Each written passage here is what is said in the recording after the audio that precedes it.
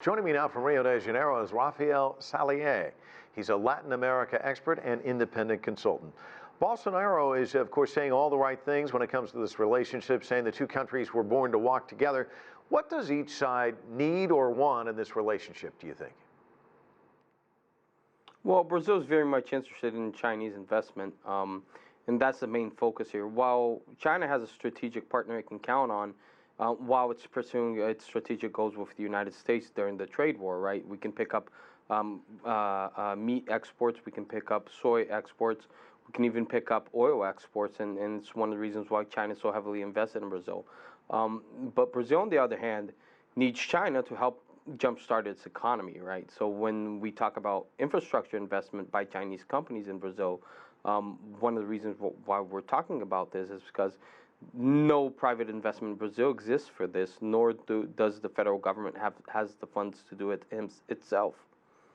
So I guess one of the questions I have, I'll just read from a Reuters headline. This was October of 2018. Bolsonaro's anti-China rants have Beijing nervous about Brazil. As you know, he criticized China repeatedly as a candidate. So what changed? What about the about face? Is it because of what you're talking about, just they need that investment? Yeah, that's one of the reasons. The second reason is that there's a paradox within his voting base where you have the ideologues in his voting base who are very much in control of his government, but at the same time, you have the agribusiness sector that was very much for his election. These voters know the importance of China for the day-to-day work, for their income, and therefore they're pressuring Bolsonaro to have better relationship with China, and they'll continue to do so.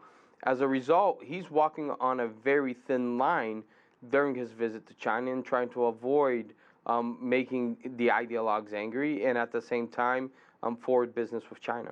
And Rafael, you alluded to this, but maybe we can dig just a little bit deeper. Bolsonaro and Brazil, in a sense, benefiting from the trade war between the U.S. and China. You talked about soybeans, of course, soybean farmers in Brazil trying to fill the void with this tit-for-tat tariffs. A lot of Midwestern farmers taking a hit here in the United States. If there is a trade deal, how might that impact Brazil? Can they still hold on to some of those markets, do you think? They'll hold on to a part of it, but the Chinese state will be able to change a lot of that purchasing power back to the United States according to whatever deal is made. And it's worth pointing out as well that for Bolsonaro, China's somewhat strategic, as in it's one of the main consumers of Brazilian exports that will not care about environmental issues as well. So he's very much aware of this, while we're very important to China because of the trade war, and we have profited from that. At the same time, we profit from the fact that China is very less sensitive to environmental pressures.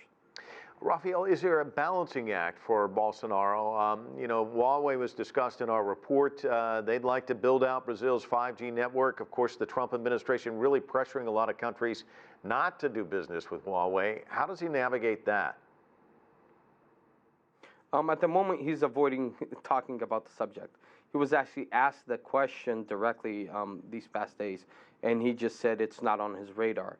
Right, so he's avoiding the subject because, one, he does not want to anger the ideologues in his government who are very much pro-United States.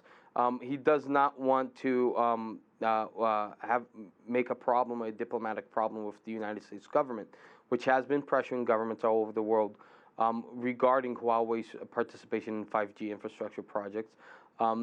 But at the same time, he wants to be friendly enough to China where China will not cut investments in Brazil. So he's just going to continue regarding the subject as something that is not part of his playbook. And you mentioned China. As long as he can. You mentioned China's pouring in foreign investment into Brazil. It's the country's largest trading partner.